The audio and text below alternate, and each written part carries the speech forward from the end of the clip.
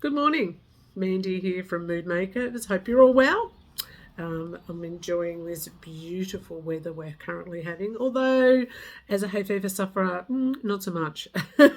Hence the no makeup at the moment because the eyes are all just anyway. Anyone who suffers from hay fever will understand what I'm talking about. Today I wanted to talk about something I am asked all the time. I mean, honestly, if I had $1 for every time somebody had said something similar, I'd be a rich woman for sure. But I'm always asked, if you're a psychic, why can't you read my mind? Or if I'm a psychic, why can't you tell me the lotto numbers? Doesn't kind of work like that, people. What I do, and I just want to preface this by saying, these are my views, these are my thoughts, these are my opinions, and my experience being a professional psychic reader for the last 40 odd years, and being born this way. So, everyone is different, everyone is unique, different people have different experiences, but this is my beliefs and understandings and the way I work. So just want to preface that. So it doesn't work like that. I don't walk around reading people's minds. As a psychic, I don't walk around being open all the time. So you can imagine if I did, that's extremely exhausting. I would be an absolute mental case. And before I learnt how to really tune into and focus on and learnt from some beautiful mentors that I've had, how to harness this gift and how to utilize this gift, I did walk around open, and I did have a lot of mental health issues, and I did have a lot of issues with anxiety, with stress, with just because I was open to the energies all the time. And as a professional psychic, you can't do that. It blows your mind, literally. So I don't walk around open all the time. So I'm not reading you all the time. I'm not reading your mind. I'm not tuning into people. And I've had experiences where people go, oh, you're a psychic. Oh, what am I thinking? No. What I do is if I'm giving someone a professional reading, then I set myself up for that. I open myself up. I channel the information through. I get that connection. But I'll only do that one-on-one with you. So whether we're in a face-to-face, over the phone, email, however we're doing the reading, but then I tune into you, not all the time. It's just I can't do it. I don't know of anyone who can do it. It's not the way we work.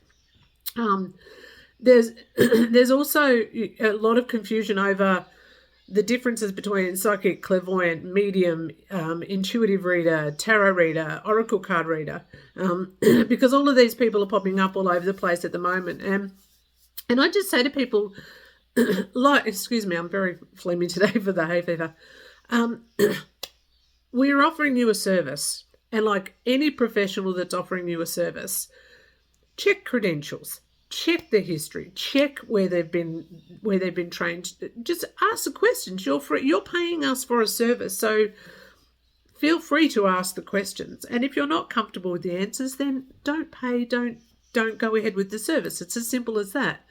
You wouldn't allow a plumber or an electrician into your home without checking their credentials or knowing their training and their history and knowing something about them. So why would you do the same getting a reading, right? So psychics, first and foremost, we're not mind readers. What we do is tune into the energies that are around you. Sometimes we can then see, and different psychics, different things. So we're all different. We're all unique in the way we do things.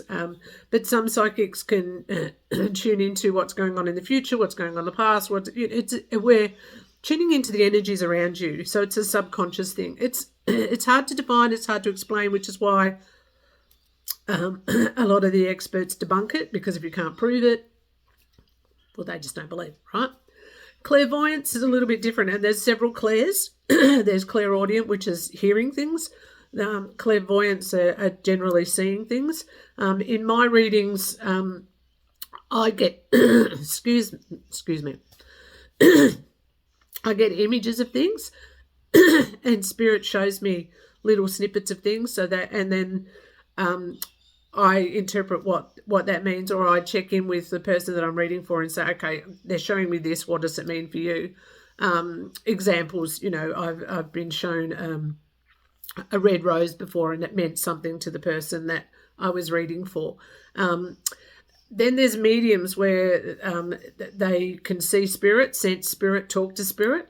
I don't advertise myself as a medium, but I can do mediumship because mediumship is a lot harder. Spirits, they still have control. So if they don't want to come through and talk to you, if you want to connect with a certain loved one and that certain loved one doesn't want to connect with you, they're not going to. We can't force that. It has to be a two-way street. So in my practice, up until now, I've not advertised myself as a medium. Moving forward, I may start to do that.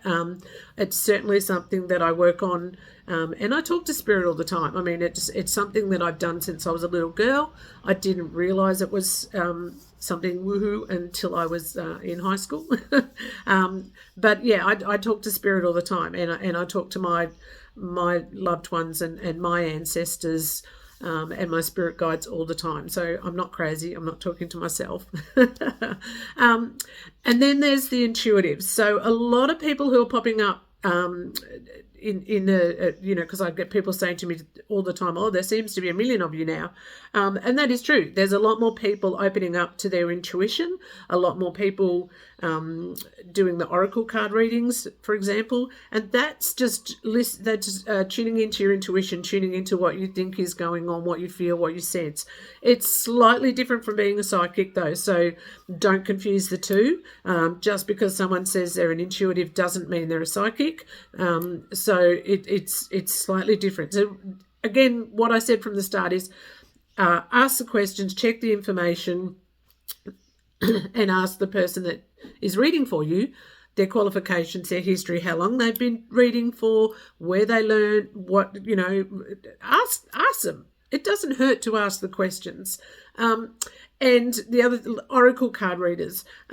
Oracle card readers are reading cards. So they're using their intuition, they're interpreting the cards, or they're literally reading the meaning of the cards. So doesn't make them a psychic, doesn't mean that they're tuning into the past, the future, the information that you're looking for. It just means that they're literally reading cards. Now, a lot of psychics these days are using the cards as a tool to tune into the energies around the person that they're reading for. Don't get confused. And I understand this is all very confusing. Trust me, I work in the industry and I find it confusing. So I understand that it's really confusing for a lot of people. But just because someone is reading the cards doesn't make them a psychic. So again, ask the question, check in. They could just be card readers. It's the same as tarot card readers. Tarot card readers are not always psychic. Psychics are not always tarot card readers. So tarot card reading is literally reading the deck and the meaning of the cards. And and please, I am not disparaging any tarot card reader. It's an art. It's something that takes a long time to learn, because tarot card, different from oracle cards, where oracle cards, they're very simple, and 9 times out of 10 the meaning or the brief definition is on the card or the picture. Tarot cards, it's different. It's as the meaning changes with the layout, it changes with the position the card is presented in, it changes with a lot of, if the card's drawn upside down, an example. So a tarot reading is very in-depth. I've had tarot readings before. They are just incredible tools of information, and I definitely do not debunk them. Again, though, check with your tarot card reader. How long have they been reading for? Who did they learn to read from? Where did they learn to read from? Are they self-taught? Were they taught by somebody else? Because it is a skill, and it takes a long time to master because of the different nuances around where your card is placed in the layout. So just check, double check your information. Okay. There's, like everything today, I don't know what, but we seem to be, there's scammers, there's charlatans, there's fakes. That unfortunately is just the way of the world, and I don't know why that has become the thing that it has become. But again, all I can recommend is that just ask questions. Feel free. Don't be embarrassed to ask questions. You are paying for a service. We are offering you, a service, and like anything, you have every right to ask all about the service that you're paying for. The other thing that I personally do in my own business, and again, this is entirely up to the individual, I'm just speaking on behalf of myself, is I don't take the money until the end of the reading, because if you're not happy with something, if it hasn't gelled, if you haven't connected, if we've had no, then I will not charge you. Touch wood, luckily, over my career, I've only had to do that a couple of times, and for various reasons. But it's not something that happens very often, thankfully. Usually, there's the information that comes through is I mean, I wouldn't still be in business otherwise, would I? That's the other thing. Bad psychics don't last. Bad readers don't last, because we ultimately operate on the feedback from other people. So if we're not good at our job, then we don't last for long. Around that too, just to put another spin on things and make it even more complicated, just because you have a fantastic reading and a fantastic connection with a specific psychic does not mean that your family, friends, and loved ones are going to have the same reaction. It's all about energy. It's all about a connection. So, just because you have had this fantastic reading and this psychic has been incredible for you doesn't mean that someone really close to you is going to have the same reaction. So you have to, it's a rapport, it's a connection. You have to gel with the reader and have a connection. And over the course of my career, I've had people connect with me just simply, reasons. I like the look of your face, which is always nice. That's lovely. I've had people say, "Oh, my daughter's name's Mandy. Your name's Mandy." Mood Makeover is my business name. Gets a lot of interest because I don't know how many times I've been asked, "What's a mood makeover?" When I named it this, I thought that was pretty self-explanatory, but apparently not to some people. And I've got a butterfly on my business cards and things, and that is it was put there because butterflies to me symbolize my ancestors in spirit, my sister and my cousin especially. The butterflies, when I see butterflies around, I connect with them. So the butterfly was put on. So in my business, I use the butterfly in a lot of places, and I get a lot of people saying to me, "Oh, I connected you because I like the butterfly," or "Butterflies to me mean spirit," or So it's interesting how we connect with people. You just generally get a good feel for someone or a good vibe, and go with that. I teach more than ever now in my courses that trusting your own intuition, trusting your own instinct. We seem to have lost the ability to do that. We trust Facebook, or we trust the internet, or we trust other people more than we trust ourselves, and that's really sad, because we need to come back to trusting our own intuition, our own gut, our own feelings, because if something feels wrong, it's generally wrong. If something feels right, it's generally right. We need to come back to trusting our own instincts and our own intuition. I teach that. So again, I teach psychic development. I teach people how to tune into, if they're born psychic, how to learn that. And along the same guidelines that I was taught, I had two beautiful mentors in Victoria who have since passed, but it was a long time ago.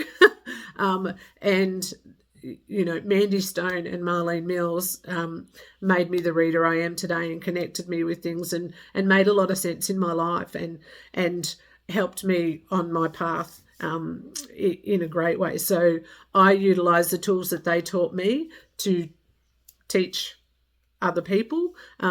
So whether you're wanting to become a professional psychic reader, whether you just want to tune in and use your intuition a little bit more, whether you want to just learn how psychic protection is very important. I think we all should do that.